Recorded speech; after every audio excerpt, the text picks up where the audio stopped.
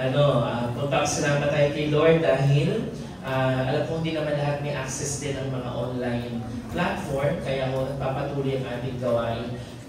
Maging mamaya pong gabi. So ipag-pray niyo po yung weather mamayang 5:30 dahil may service pa rin po ang mga kabataan. Bago tayo magsimula ngayon pong hapon ng pakikinig ng salita ng Diyos, meron po tayong kapatid na magbibigay ng testimony. Gusto niyo po ba makapakinig ng testimony? So para sa mga hindi po nakakilala sa kanya, kamakailan po ay siya po ay nakatanggap ng kanyang lisensya na bilang isang doktor. Siya po isang na doktor na. Parang kilala ko yung doktor ko. Si Dr. Vincent, di ba? Ibang doktor po yan. Ayan, so, siya po ay nag-start sa ating church, grade 6 po siya dito. Nagsimula po ang KFHI. Batch po nila ang pioneer ng KFHI. And ako po bilang kuya at nakatatanda, nakita ko rin po kung paano siya nag-grow mula nung siya po'y bata pa, na napakatahimik, parang hindi mo aakalain. At ngayon ay ginagamit na ng Diyos sa napakadakilang paraan po. At alam ko po na mas marami pang gagawin si Lord sa buhay po niya bilang isang may panibagong tawag si Lord sa kanya bilang isa pong doktor. Hindi ko naman patatagalin, papakinggan mo natin ang testimony ng ating kapatid, si Dr. Romel Pingas.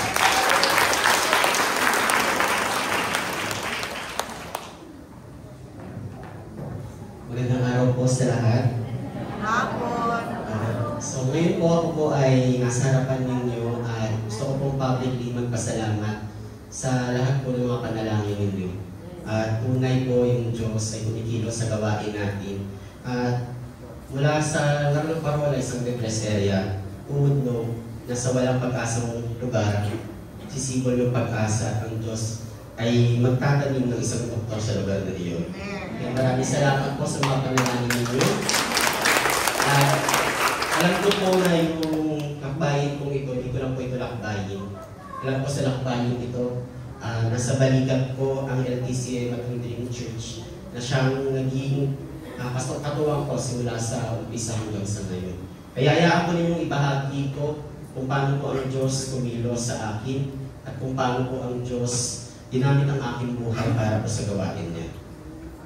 Muli, ako po si Romel Pingas, 29 years old, at kasalukuyang bahagi ng LTCM Church bilang isang staff.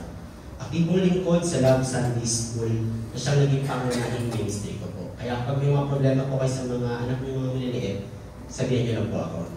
So, nice ko pong ibahagi ngayon kung paano kumilos ang Diyos sa aking buhay, lalo na sa aking paglalakbay po sa pagiging doktor. At kung paano simula una hanggang ngayon, tanging biyaya at katapatan niya lamang ang naging sandigan ko. Kaunting background lamang po, ako po ay naging bahagi ng KFHI noong 2009 bilang isa sa mga unang batch ng center natin. Nakakatuwa nga pong isipin kasi may child ID number po kami dati, 608005. Ibig sabihin nun, yun yung KFHI pa natin. At yung dulong number po ng ID number po is 0215. Kapareho ng address ng ating simbahan ngayon. Na para bang sinimula na ng Diyos ang kanyang plano sa buhay ko noon pa man. At katulad ng mga anak po ninyo, dumaan din po ako sa tutorial, values classes at Sunday school classes hanggang sa high school at kolehiyo. Noong mga panahon iyon, ang mga pangunahing ministry ko po ay youth ministry. Kung saan ako ay bahagi ng 99, katulad ko ng mga nanay natin na lumalabas sa field para magsundo ng mga bata, yun din po yung naging ministeryo ko noong ako po ay kabataan. Pero dumating yung pandemya at nailipat ako sa Sunday School kasi nga diba ang sistema dati online Sunday School yun. So bahagi ako bilang isang technical support doon, pero nagtuloy-tuloy na hanggang sa ngayon ipapatuloy ako bilang isang kabahagi o lingkod ng Sunday School Ministry. Ngayon naman ay nais kong ibahagi kung paano ako tinawag ng Panginoon upang ibahagi yung the doctor He wants me to be. Noong kolehiyo, ang kinuha ko kurso ay BS Psychology sa PLM. Noon ang pangarap ko ay maging bahagi ng Human Resource Department na isang kumpanya. Akala ko yun na yung plano ng Diyos para sa akin. Ngunit, hindi ko alam na yung kurso pa lang ito ay paghahanda niya para sa mas malaking at mas kamanghamang plano niya. Noong third year college, dumaan ako sa isang matinding pagsubok. Nagkaroon ako ng problema sa dalawang major subjects ko. Yung isang subject is General Zoology at yung isa naman ay Anatomy and Physiology. Yung una, tungkol siya sa pag-aaral ng mga hayop at kung paano, ang pangalawa naman ay bahagi. Pinag-aaralan ito yung bahagi ng katawan at kung paano ito nagpa-function. Hindi ko akalain sa dalawang subjects na ito mula yung interest ko sa pag-aaral tungkol sa medisina. Ngunit to be honest, ang subject na yun ay sobra pong napakahirap.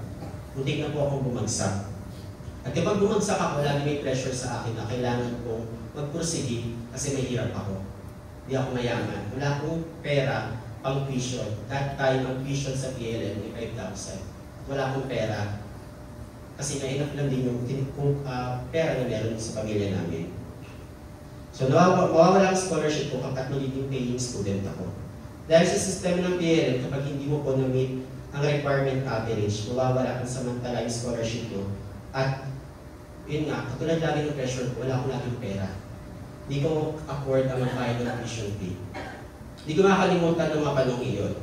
Sa isa sa mga naging exam ko, first time ko po makakuha ng 5 out of 50, 8 out of 50, 3 out of 50 sa mga scores ko. Unang beses ko makakuha ng mga ganong kababang marka. Pero imbis na sumuko, mas lalo ako nagsumikap. Kahit ako po ay introvert, katulad na sinabi ni Pastor Joseph, ako po ay tahimik na bata. Di po ako madaldal katulad ngayon, tahimik lang po ako at nakikinig lang sa isang tabi. Pinilit ko lumabas sa aking comfort zone. Tuwing may mag-volunteer na mag-report, agad ako nagtataas ng kamay. Ginawa ko yun kasi hindi lang para sa grades ko, kundi upang ipakita ang aking pananampalataya. Na hanggat hindi pa tapos ang laban, may pag-asa pa. Alam ko kahit ginawa ko ang lahat, posible na pa rin akong bumagsak. Kaya naman sa Lord Watches, ang panalangin ko palagi sa aking puso. Lord, if you want me to pursue medicine, please help me pass these 2 subjects. Then I am willing to go wherever you lead me. At totoo nga, sinagot ng Diyos ang panalangin ko. Pumasa ako. Hindi dahil sa magaling ako, kundi dahil sa kabutihan niya. Mula noon, mas naging malinaw sa akin na gusto niyang ituloy ko ang pagdodoktor. Kahit alam kong wala akong sapat na pera, nagsimula ako sa panalangin. Para po sa kaalaman ng lahat, ang tuition fee ng isang doktor, pag-aaral ng doktor, ay umaabot sa 100,000 kada semester. Sa isang taon, 200,000 at sa apat na taon po yun. So isipin na lang po ninyo na milyon ang ginagastos ng mga nag-aaral sa medisina. Pagkatapos kong graduate, pinilit kong maglingkod muna sa simbahan bilang full-time staff. Sa loob ng 2 taon, bilang pasalamat sa lahat ng kabutihang naranasan ko. Pero hindi ko rin nakalimutan yung pangako ko sa Diyos. Sa mga sumunod na taon, tuloy-tuloy ako nanalangin sa Lord Watch. Lord, kung ito po ang kalooban mo, ikaw ang magbubukas ng pinto. Mula 2016, 4 na taon kong ipinalangin iyon. Hanggang sa isang araw, si Pastora Sharon ay ginamit ng Diyos upang magpakilala ng isang bagong bukas na medical school. At kilala niya yung missionary na nagpapatakbo ng school na iyon. Nang makausap ko siya, sinabi niya lang na kailangan ko lang makakuha ng mataas na marka sa EdMath score at magkakaroon ako ng full scholarship. At dito ko napatunayan muli ang katapatan ng Diyos. Nagsimula po akong manalangin taong 2016 at sa parehong taong din iyon, binuksan ng Diyos ang mismong eskwelahan ko na magiging daan ng katuparan ng aking pagdodoktor. Doon ko napagtanto na habang pala kong nananalangin pa lang ako, ang Diyos pala umikilos na at gumagalaw na sa buhay sa likod ng lahat ng bagay na iyon. Habang nagre-review po ako sa entrance exam sa medicine, sobrang hirap na mga naging subjects ko. Katulad ulit yung nangyari sa PLM, halos mababa ang mga nakuha kong resulta sa mga practice test. Nawala ang kumpiyansa ko sa sarili ko at naisip kong baka hindi ito para sa akin. Kaya muli akong nanalangin at humingi ng sense sa Lord. Kung makakita man ako ang healing ko sa Panginoon, na kung ako man po'y makakita ng 2 medical student, habang ako'y pauwi, ako po'y magtutuloy sa aking pag-entrance exam. At doon ko naranasan ang personal na tugon ng Diyos. Habang ako'y pauwi at ako'y nasa LRT, eksakto, 2 medical school at galing pa sa school na papasukan ko ang nakita ko. Alam ko yun ang sagot niya, laban lang anak. Kaya nagtiwala ako at tumuloy sa exam. Nung lumabas ang resulta, naalala ko po, kalahati pa lang po yung building natin dito. At lumabas yung result sa night prayer po natin. Milagro po, nakakuha ko ng sapat na score para sa full scholarship. Ang kailangan ko na lamang pong bayaran ay 11,000 miscellaneous fee, malayo sa 100,000 na tuition fee ng mga kasama ko. Sa sandaling iyon, muling pinatunayan ng Diyos na kapag siya ang tumawag sa iyo, siya rin ang magbibigay ng daan. Noong August 2019, nagsimula ang bagong yugto ng buhay ko, ang medical school journey ko. Puno ako ng excitement dahil alam kong kasama ko si Lord. Pero hindi ko inaasahan na doon ko rin mararanasan ng matinding pag-aambing sa sarili. Ang mga klase ko ay galing sa mga prominenteng paaralan mula sa UST, UP, Lasal, at karamihan sa kanila ay anak ng mga doktor. May kaya at walang iniintindi kundi mag-aral. Minsan pa nga yung mga klase ko po, sa bahay nila, may mga swimming pool, may hektar-hektaryang palayan sa probinsya nila, mga master teachers, mga seaman, ang mga magulang. Ako naman lumaki sa public school, simula kinder hanggang college, at wala rin malaking ipon o koneksyon. Dumating sa punto na naisip ko, Lord, paano ako makikipagsabayan sa kanila? Pero sa Dawn Watch, sabi ko nga po, ako po'y palagi dumadalo sa Dawn Watches natin at sa preaching. At isa sa mga preaching sa church, tinuruan ako ng Diyos na huwag tumingin sa kung anong wala ako, kundi sa kung anong ibinigay niya sa akin at doon ko nakita na may tatlong kayamanan pala ako na hindi kayang tumbasan ng yaman o talino. Una, ang Diyos mismo. Siya ang pinakamalakas na backer ko. Pangalawa, ang aking pamilya na buong puso sumusuporta sa akin. At pangatlo, ang aking simbahan na lagi na nanalangin at sumasama sa laban ko. Kahit wala ako sa mga privileged circles, alam ko hindi ako nag-iisa dahil alam ko kasama ko ang Diyos. Sa unang taon ng medisina, doon ko naranasan ang pinakamahirap na laban. Muli, nawala lahat ng self-confidence ko dahil sa sunod-sunod na exams na bagsak. Madalas, nag-aaral ako hanggang madaling araw. Nag-Dawn Watch, tapos papasok pa sa klase. Sa kabila ng pagod, patuloy ako lumalaban. Minsan sa sobrang frustration ko nga po nung malaman yung isa sa mga score ko sa exam. Gusto kong umiyak sa school, pero bawal umiyak sa school. Kaya umalis ako sa school namin na pumunta sa palengke malapit sa paaralan at kumain ng ice cream. Simpleng paraan para ako ay kumalma. Hindi rin naman naging madali ang aking mental health. Pero araw-araw ko kung pinili tumayo at magpatuloy. Kahit na alam ko hindi ko ako okay, kailangan kong bumangon at mag-show up. Dumating ang punto na halos sumuko na ako. Ayon sa mga record ko, mukhang babagsak ako. Pero naalala ko sinabi lagi ni Pastora sa atin sa mga preaching niya, huwag kang titigil hanggat wala kang resulta. Kaya nagpatuloy ako at nakapag-build kay Lord. Kung papasa ako, bahagi ng financial na pera ko dito alaman sa church ay ibibigay ko sa building fund. Susuportahan ko ang ilang bata sa ating church. At gaya ng dati, ang Diyos ay naging tapat. Nakapasa ako sa first year medicine at sa sobrang pasasalamat ko, pinupad ko ang pangako ko yun. Patuloy akong tumulong sa mga estudyante ng LDCM Church at Dream Center hanggang sa ngayon. So meron po akong 3 batang sinusuportahan. Isa dito sa grade school, isa sa high school, at isa naman sa Dream. Pagdating ng second year, bumagsak muna ng pandemic. Ang pumasok ang pandemic, panibagong sistema, panibagong hamon. Pero iba na ako noon. Mas buo na ang tiwala ko sa Diyos at nagpatuloy ako hanggang sa matapos ang third year medicine. Dala ang pananampalatayang siya ang naglagay sa akin noon at siya rin ang magtatapos na sinimulan niya. Ang fourth year medicine ay kakaiba dahil nagsimula ito sa actual hospital duty. 10 taon na pagsasali at paglilingkod bilang clinical clerk. Ako po ay na-assign sa Toronto Medical Center sa may Balot Tondo, isang public hospital. Lahat ay naging bago sa akin. Di pa ako kailanman na-admit sa hospital o nakakita ng mga totoong hospital workflow. Pero sa tulong ng mga seniors ko, unti-unti rin ako nakapag-adjust. Maraming sablay sa umpisa kasi wala naman po talaga nagsimula na magaling. Walang doktor na nagsimula na magaling agad siya. Pero lagi ko sinasabi sa sarili ko, alam mo yung mga pangyayari na yun, laging charge to experience. At least ngayon, alam ko na. Sa ospital, kahit doktor ang tawag sa amin, kami ang pinakamababang level sa medical team. Lahat ng errands, takbo at buhat ay sa amin. Minsan, sa emergency room, may pasyenteng sinigawan pa nga ako. Pinahiya ako sa harap ng lahat dahil gusto niyang siya agad ang unahin ko. Pero bilang isang clerk, alam kong inuuna namin yung pinakamahalagang kaso. Tapos sa ER, hindi naman po porket may bali ka, ikaw agad. Kung paano may nag-aagaw buhay, sino unahin mo namin? May nag-aagaw buhay. At ang pasyente, ang may kasong pilay lamang ay stable naman. Kaya kahit nasaktan ako sa mga sinabi niya, pinili ko magpatuloy at unahin ang pasyente may acute appendicitis na kailangan madala agad sa OR. Hindi yun ang huli. Isang araw, pinaratangan akong sinungaling ng isang residente. Ginawa ko naman yung pinapagawa niya, ngunit iba pala ang file na tinutukoy niya. Pinablik call out ako, pinahiya ako sa group chat ng mga doktor at tinawag na sinungaling. Masakit, lalo na sa harap ng mga kasamahan ko.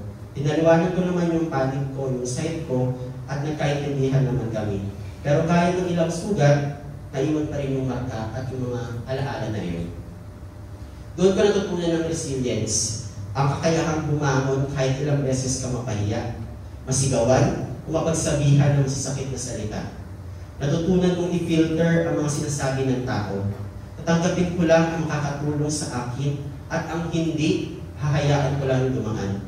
Sa halip na sumubok, pinili kong tumayo muli, umiti at magpatuloy na maglingkod.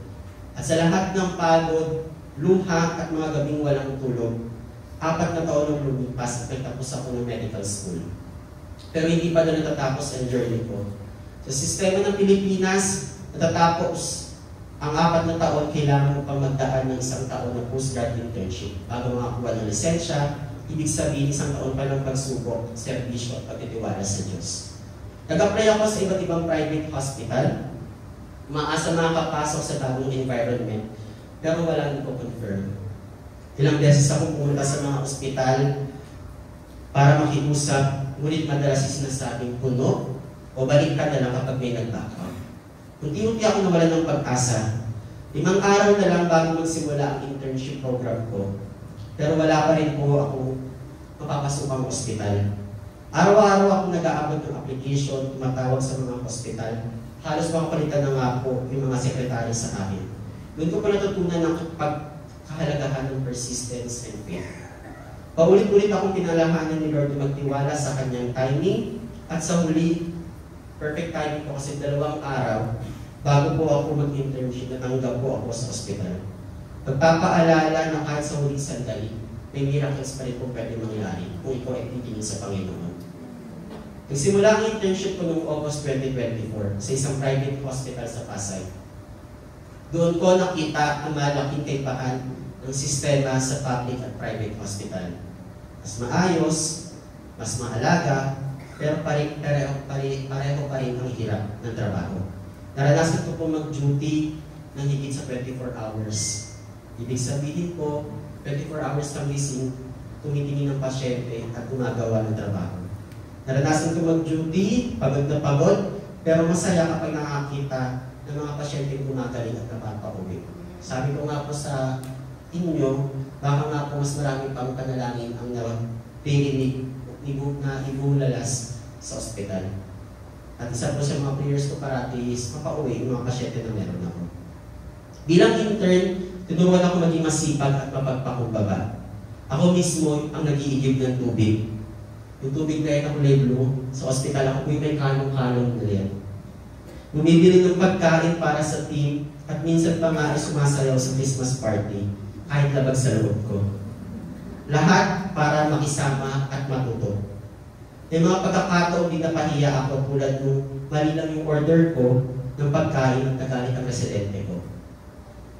Hinagisan ako ng papel ng consultant dahil sa kulang sa form at lahat yun natutunan ko lunukin ang pride na meron ako at manatiling magalang.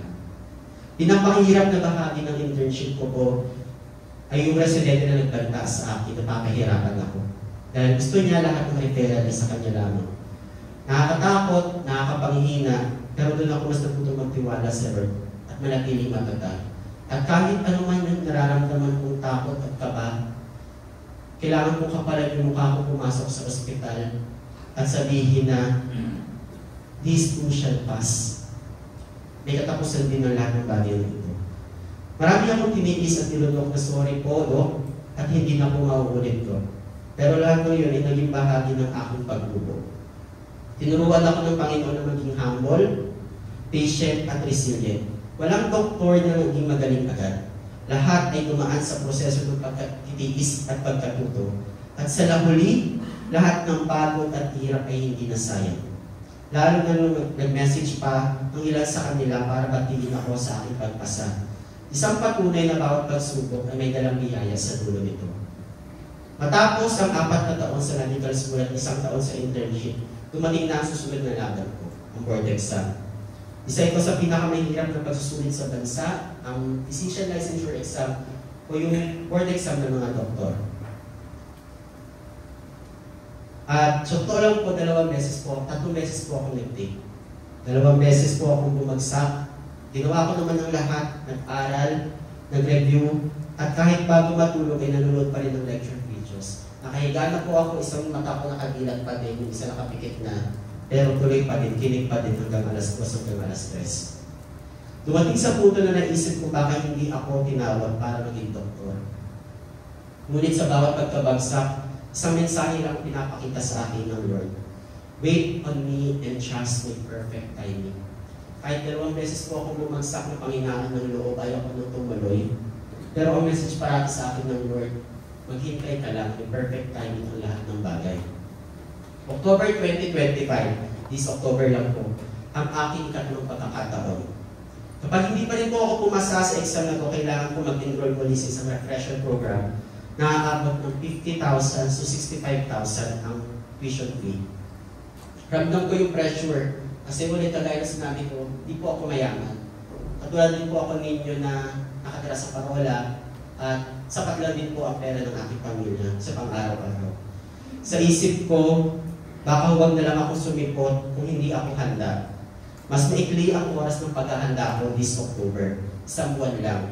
Kumpara sa 2 buwan nung una akong nag-take at 4 na buwan naman yung nag-take ako noong April.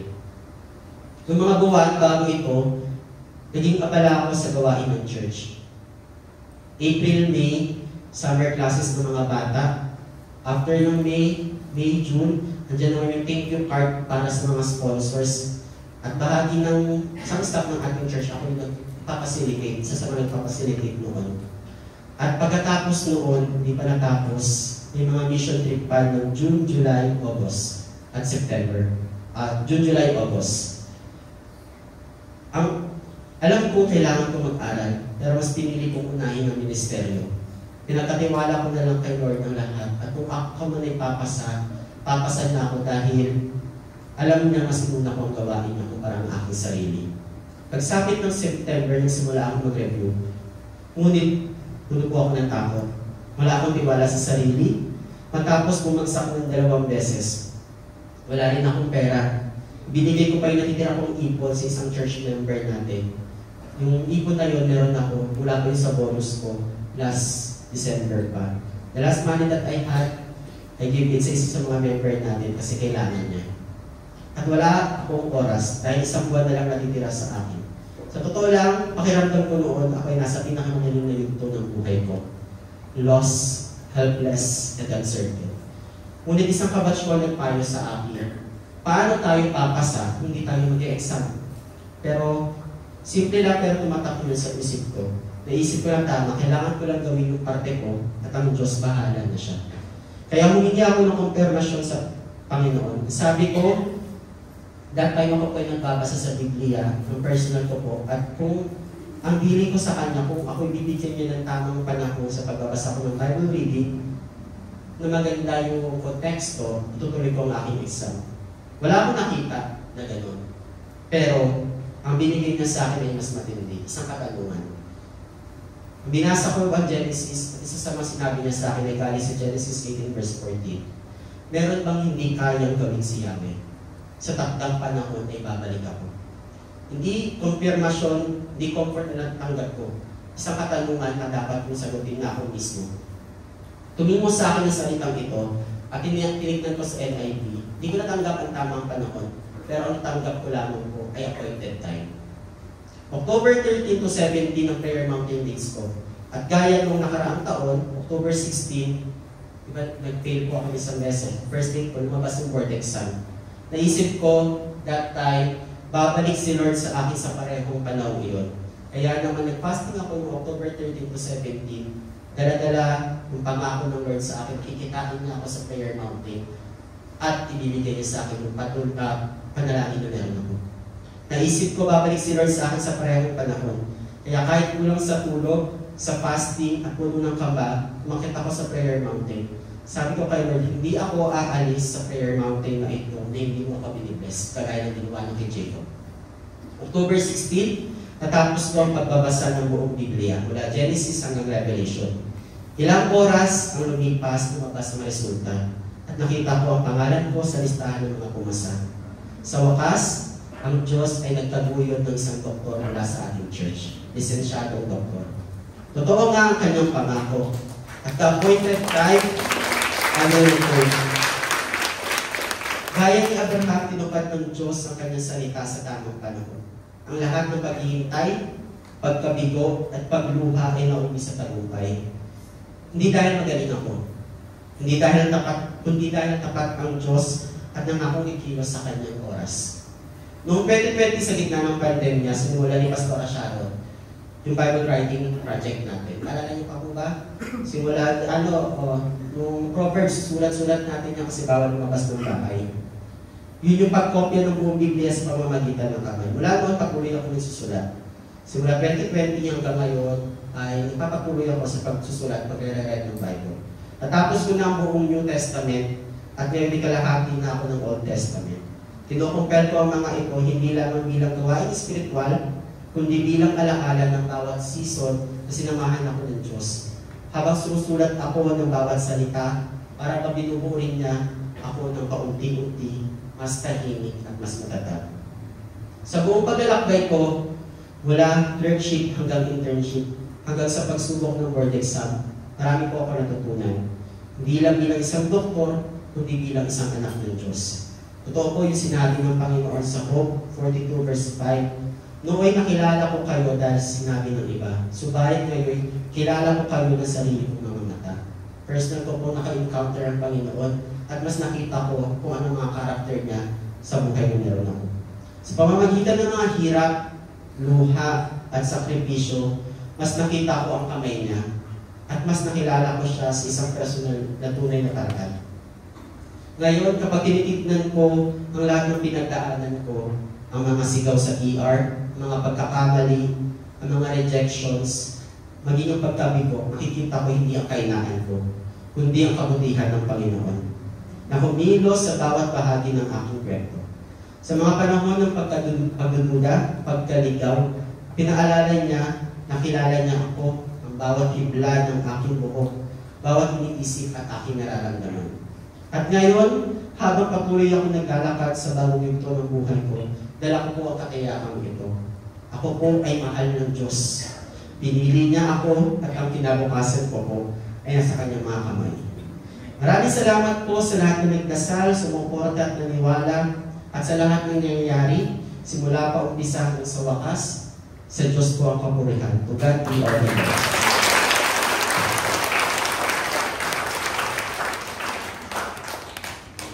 Sa malakas mo na palakpak mo